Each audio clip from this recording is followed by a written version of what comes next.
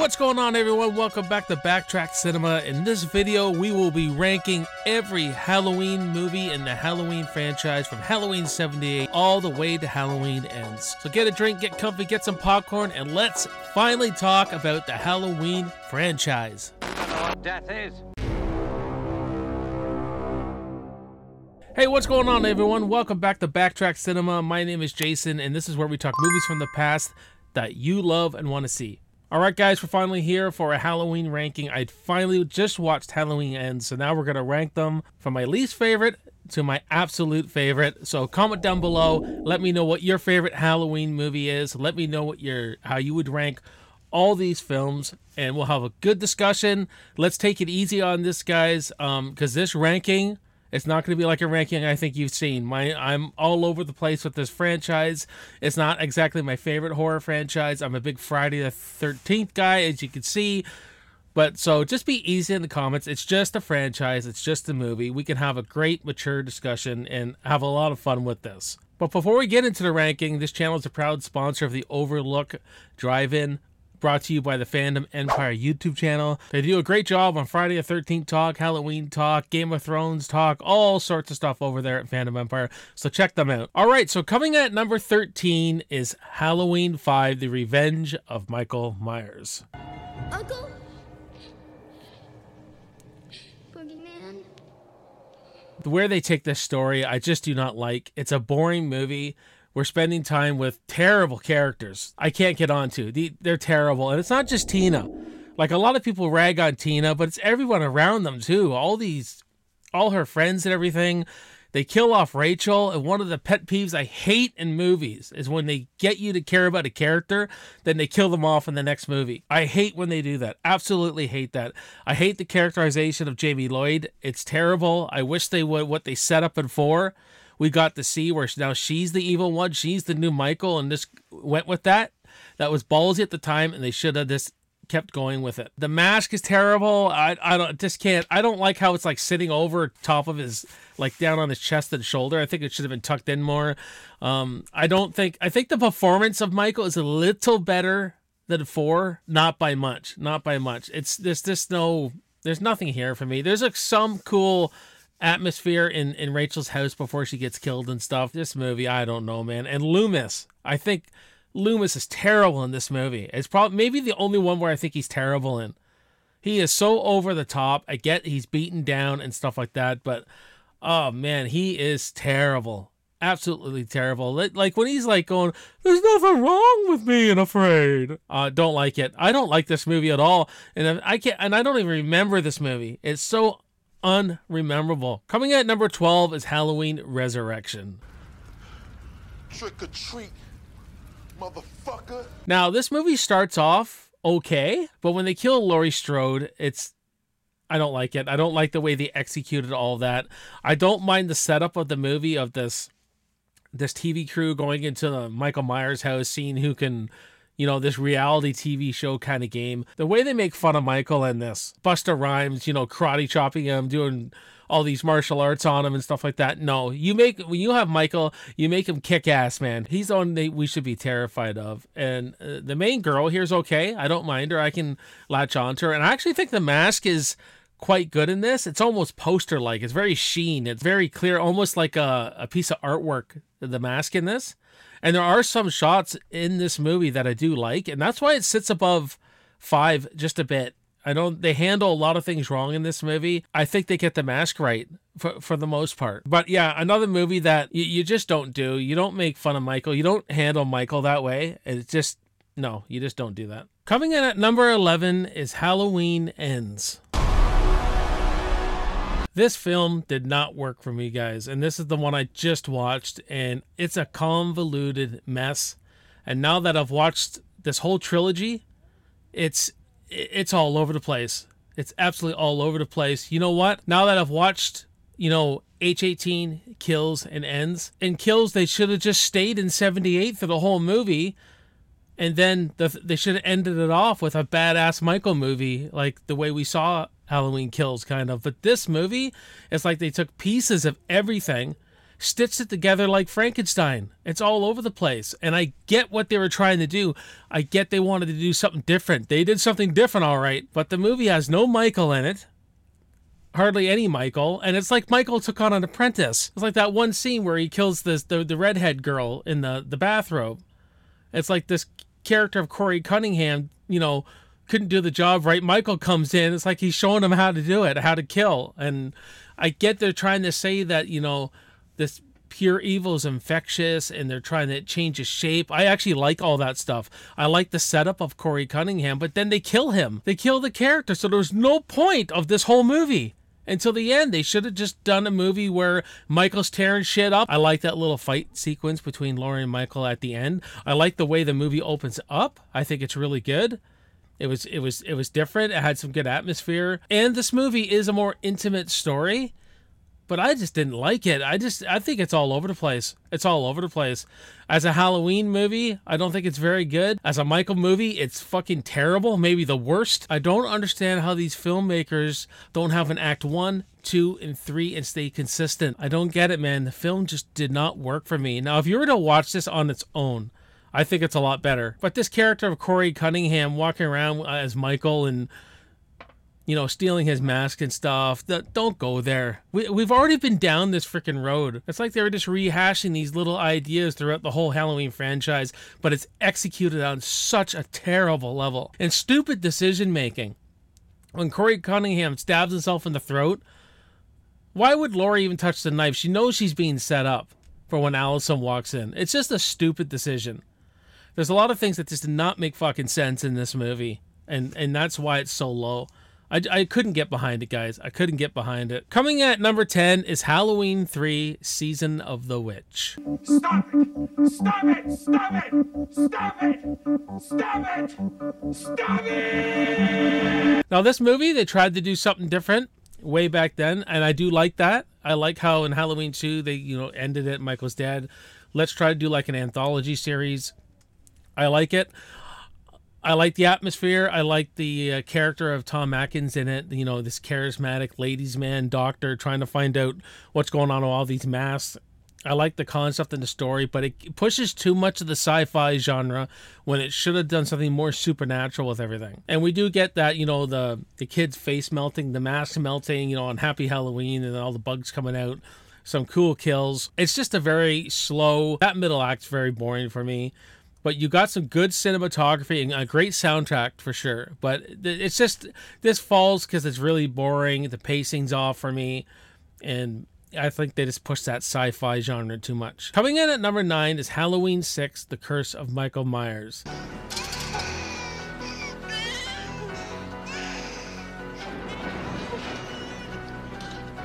Now this film, they're ending that Thorn trilogy, and it's just the story here is terrible. Try to give you this idea, this cult of Thorn, and going back to these pagan rituals of Halloween, and Michael's part of this cult of Thorn, and Michael's not part of no cult. Michael would have killed everyone.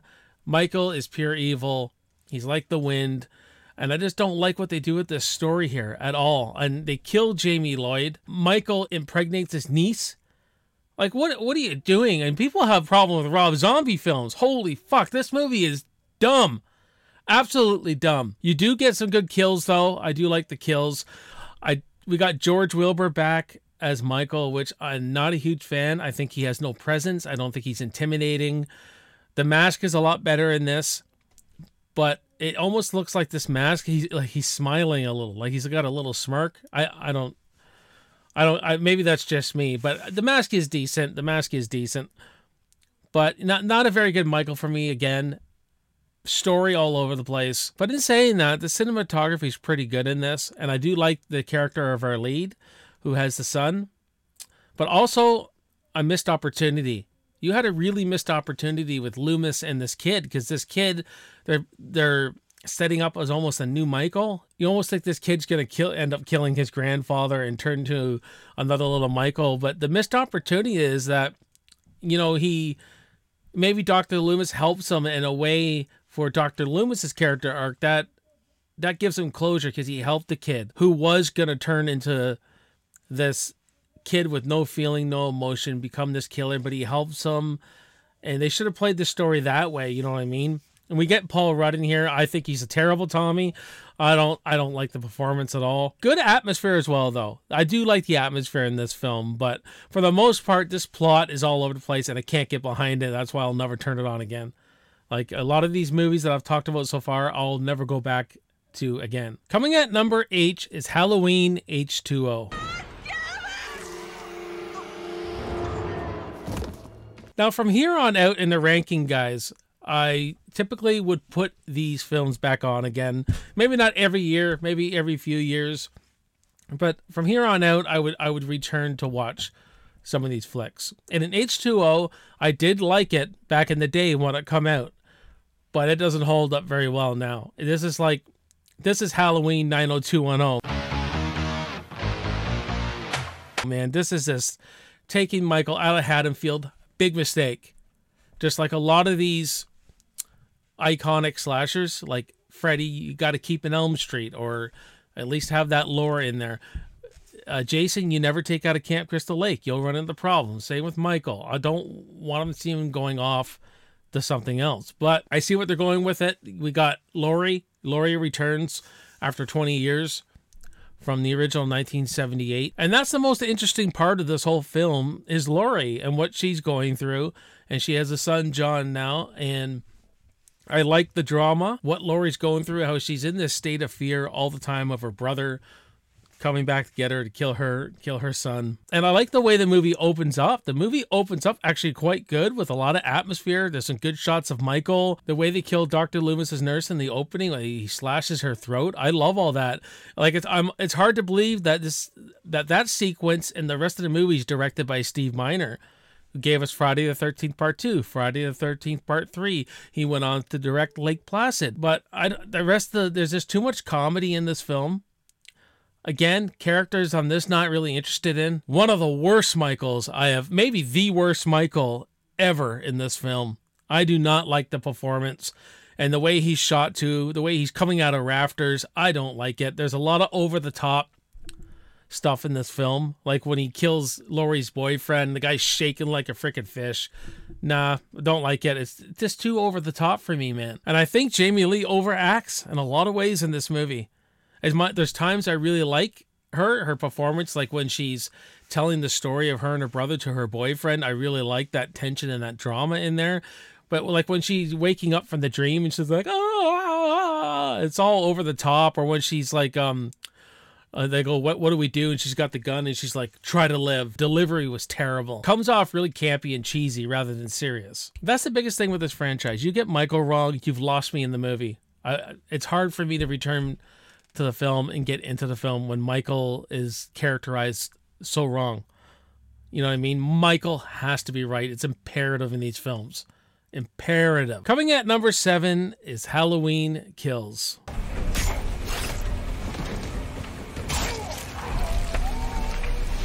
Now, when I first saw Halloween Kills, I loved the way it started. The way this film starts is Halloween gold for me, man. Like that flashback scene is some of the best Halloween stuff I've ever seen.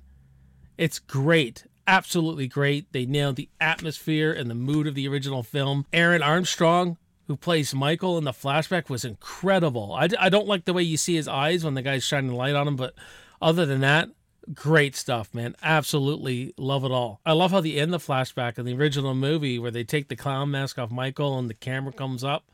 And they do it same here. It's like he's had his killing spree and he just goes into this catatonic state again.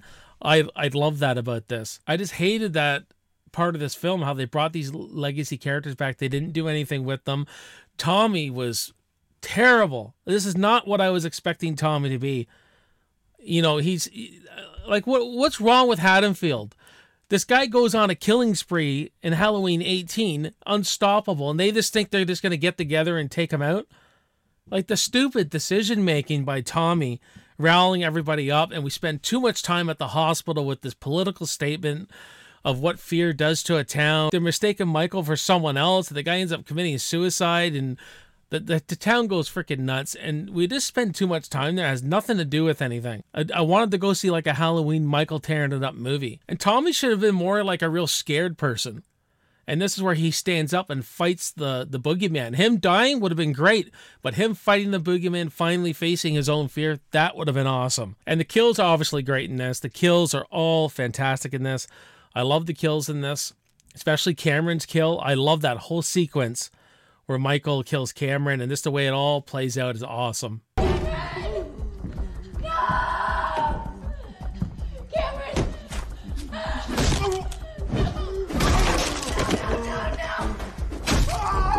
Killing Laurie's daughter, that little homage to Psycho, in the uncut version though, guys, that little homage to Psycho I think was fantastic. But, you know, it's kind of an up and down mess of a movie, but I could still have a good time with this one. But I think the flashback saves the film, and I think the whole movie should have been done in 78. Now that I've seen the whole trilogy, they should have just had the whole movie in 78 telling Frank's story, drawing it right out and having their own version of Halloween 2. Why not, man? Why not? Coming at number 6 is Halloween 4, The Return of Michael Myers. God damn you.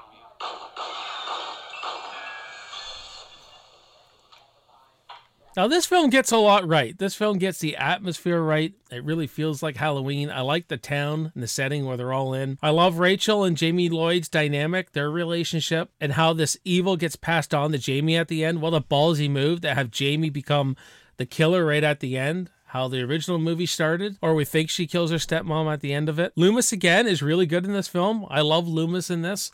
You know, he's a bit more weathered. He's a bit more beaten down. And I like how he wants to sacrifice himself. He said, Michael, take me. Leave the town alone. Leave those people alone. I think it's a very creepy Michael if you would have just kept him in the bandages. The mask is terrible. It doesn't grow on me either. I don't like the mask at all. It looks like it's from a UFO alien movie or something like that, but I'm not big on it. I'm not big on the performance. I'm not a big George P. Wilbur fan and how he plays Michael. There's just no presence. There's no intimidation factor.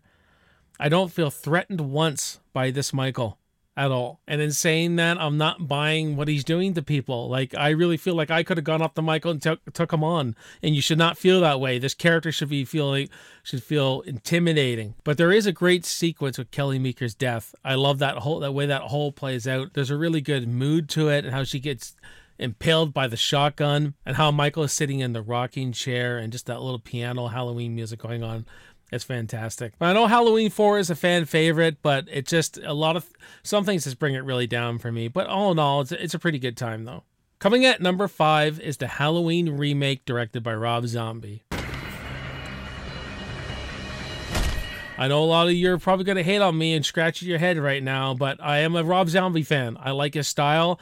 I think he needs help with writing a lot of the times, but I do like this remake. I like how it does do something different. It should have been its own movie. It should have never been Halloween. They should have just called it something like The Killing Spree of John Henry or something. I don't know. I'm just screwing with you guys. But yeah, I do like this. I do like, I like how brutal it is. It's visceral. I do like the way it's shot.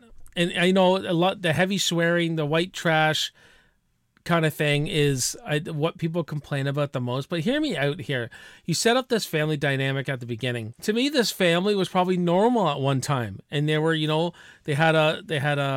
they're a normal Midwest family, suburban family, and things went wrong after the husband died, and then, the only way she could put food on the table, Deborah Myers, was to go to stripping, and then this caused her to ignore what was happening with her own family. And things spiral out of control, and then we get this killer of Michael Myers as a kid, a serial killer that was defined by external and internal forces, right? I get what Rob Zombie was trying to do here, and I do like it. And I like the first half of the film. I think they should have spent more time with the conversations between Loomis and Michael. And then the second half of the film is just a retread of the original, and it just gets boring. It's rushed. It feels extremely rushed, the second half of this movie. Annie is a real step up, though, I think. I think Danielle Harris as Annie is great. I do like our new version of Laurie Strode, bringing them into that generation. I think it's done quite well. But the movie is so rushed, the second half. I actually prefer the first half of this film. And I think Sherry Moon Zombie does a good performance of Deborah Myers, especially when she offs herself. I think that's actually kind of a heartbreaking scene where she's crying, watching the old videos and stuff. So yeah, I like her performance a lot. I know this one's hated amongst fans and everything, but I've always enjoyed it. Coming at number 4 is Rob Zombie's Halloween 2. Some more hate comments coming my way, I am sure, but hear me out on this too. I get it. A lot of people don't like Myers in this, Hobo Myers, and I do think the theatrical cut is the one you want to watch. Except for, in the uncut version, you get the great performance by Brad Dourif. Brad Dourif's performance as the sheriff this is absolutely terrific when his daughter Annie dies. Unbelievable performance. Great stuff. Oh, no, Andy. Hey, God, no. God, please. Oh, God. And I like the darkness of the film. The film it's very dark, like low lighting. And Rob Zombie shooting this on like a 16 millimeter film gave it that gritty grain that I really like. And I just like the descent of Laurie Strode. This is where this movie gets me. This is what I like. I like the psychological aspect of it where we see the aftermath of what happened to Laurie Strode and how she's completely changing. You know what I mean? And then when she finds out she's the sister of Michael Myers, this sends her over. She's all fucked up after that. Now I get it's not a perfect film. I think Dr. Loomis is terrible in this movie. I think the characterization of Dr. Loomis takes a left turn completely into this direction that I don't like. I don't like this version of Dr. Loomis, this arrogant, cocky, all about the money and, selling books and all this shit. I don't like that at all. But the kills are absolutely brutal again in this. Rob Zombie really going for the throat, making you feeling uncomfortable, unsettled. And the opening hospital scene's fantastic. I think that's a fantastic sequence in this. Maybe one of my favorite sequences in the Halloween franchise. And that end shot of Laurie in the hospital reminded me of Psycho with that little smirk she gives. So there's a lot of things I just like about this movie that will bring me back to it more than the others. And that's why I like Rob Zombie's Halloween 2. And I just like his style. I like Rob Zombie's style a lot. But these should have been taken on their own merit. In a way, they shouldn't have been called Halloween films. They should have left the Michael Myers things out, gave this character a new name, set up a different kind of backstory to him, and I think they would have been better well received. But I enjoy it, man. I love it. I love good old Rob Zombie Halloween 2. Coming at number 3 is Halloween 2.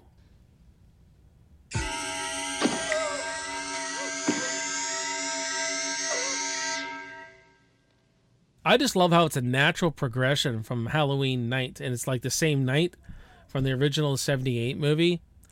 I like the feel of it. It feels just like Halloween 78. We got a different guy playing Michael, Dick Warlock. Now, he's a bit robotic, but I still think he does a lot of great things in this. They amp up the kills and the blood. When Friday the 13th come out and really amped up blood and gore, that seemed to be what the movie-going audience wanted in these kind of films. So Halloween 2 kind of takes that, brings Michael Myers into more kills, more blood, more gore.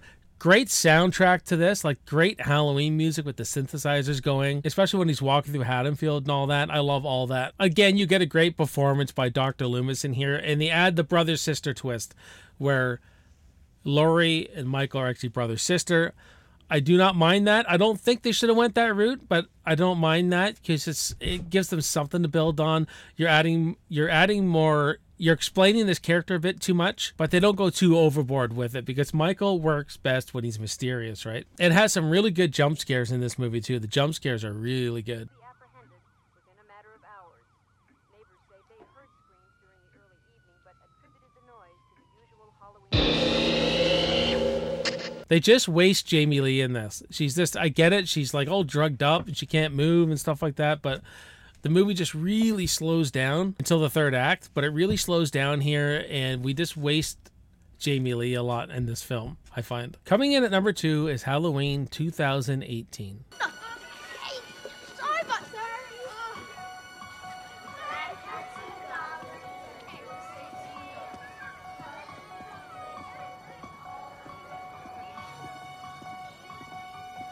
Well, this is a film that got me excited about Halloween again. Even though there's little problems in it, I got excited about Michael Myers again. And David Gordon Green did a good job on setting this movie up.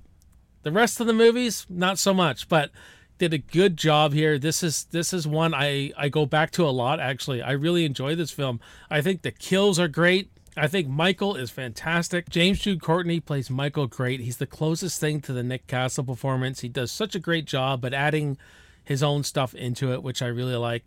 They insert the comedy in this film at the wrong places, though. That's just one of those things I don't like in film, in horror films, is when when something's supposed to be tense and serious, and then they add this comedy to it, and it just takes me out of the moment, if you will. But I like where Laurie's at. I like how she's like this Sarah Connor type character where she's just waiting for Michael. She's so paranoid that she's built this fortress and she wants to trap Michael. That way she can kill evil once and for all. Just where they take her character, how she's destroyed all the relationships within her family, I really enjoyed. And like I said before about that excitement about Halloween, like when Michael's walking through that real long take where he's walking through the town of Haddonfield and then he ends up killing the girl in the back of the neck.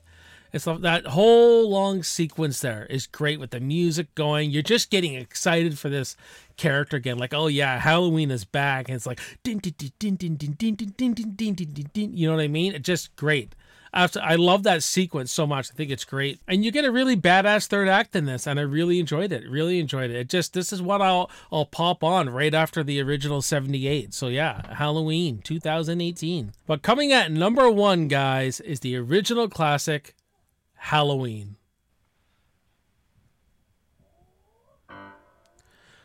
What can be said that has not have already been said about this movie? This movie is awesome. Michael is awesome. They really do a good job of building Michael up. You know, by just seeing him outside, seeing him driving by behind the bush, then you see him more and more. You see him closer and closer and closer to he's in the closet with Laurie Strode. Absolutely fantastic. And there's so many iconic moments in this movie, whether we're talking the sit-up, where he's attacking Laurie in the closet, where he attacks Laurie from behind, you know, and he comes out of the shadows. Fantastic stuff. Loomis, absolutely great. This Van Helsing kind of character chasing after the evil, and just how serious he plays it. And he gives us all that great exposition on Michael. And that's all we need to know about this character. I met this 6-year-old child with this blank, pale, emotionless face and the blackest eyes, the devil's eyes. It's an iconic film that was responsible for kind of getting that slasher ball rolling. And it was a different movie at the time, and people just got excited for a film like this, and it spawned so many other films after it. So it's legendary. It would always be legendary. And I don't think there is a Halloween movie on this earth that's been made after this that compares to this movie. Not even close. It's not even close for me. This is the Halloween movie. This is my Michael. This is the one I put on every Halloween. Just the mood, the atmosphere, the feel. It gets creepy. It gets under your skin. Fantastic score. Fantastic everything. Coming at number 1, Halloween, man, from 1978. The OG, a classic. That is my ranking of the Halloween franchise. I thank you all for watching this video. Let me know in the comments below your ranking, some of your favorite Halloween films. We'll have a good, mature discussion in those comments, guys, and we'll have a good time doing it here at Backtrack Cinema. You are watching Backtrack Cinema. My name is Jason, and I will see you on the next video, and I will see you in the movies, man. Cheers.